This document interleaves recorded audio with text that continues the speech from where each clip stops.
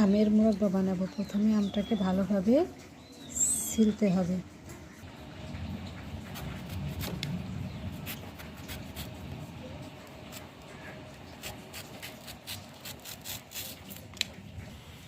এমনভাবে ছিলতে হবে যেন সবুজ কোনো অংশ আমের গায়ে না থাকে।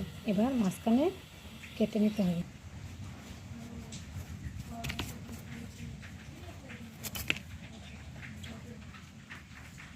কেটে পানির মধ্যে ভিজাতে হবে।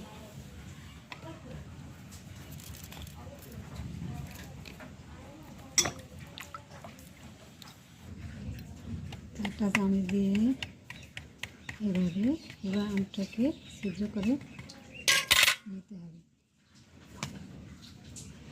তারপরে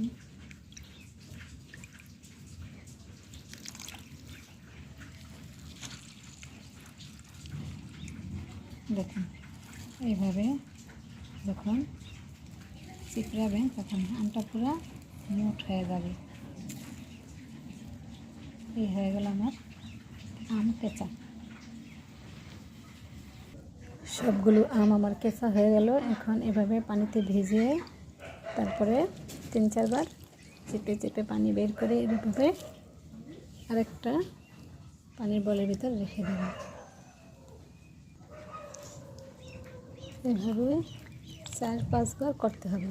তারপরে সব টক বের হয়ে যাবে।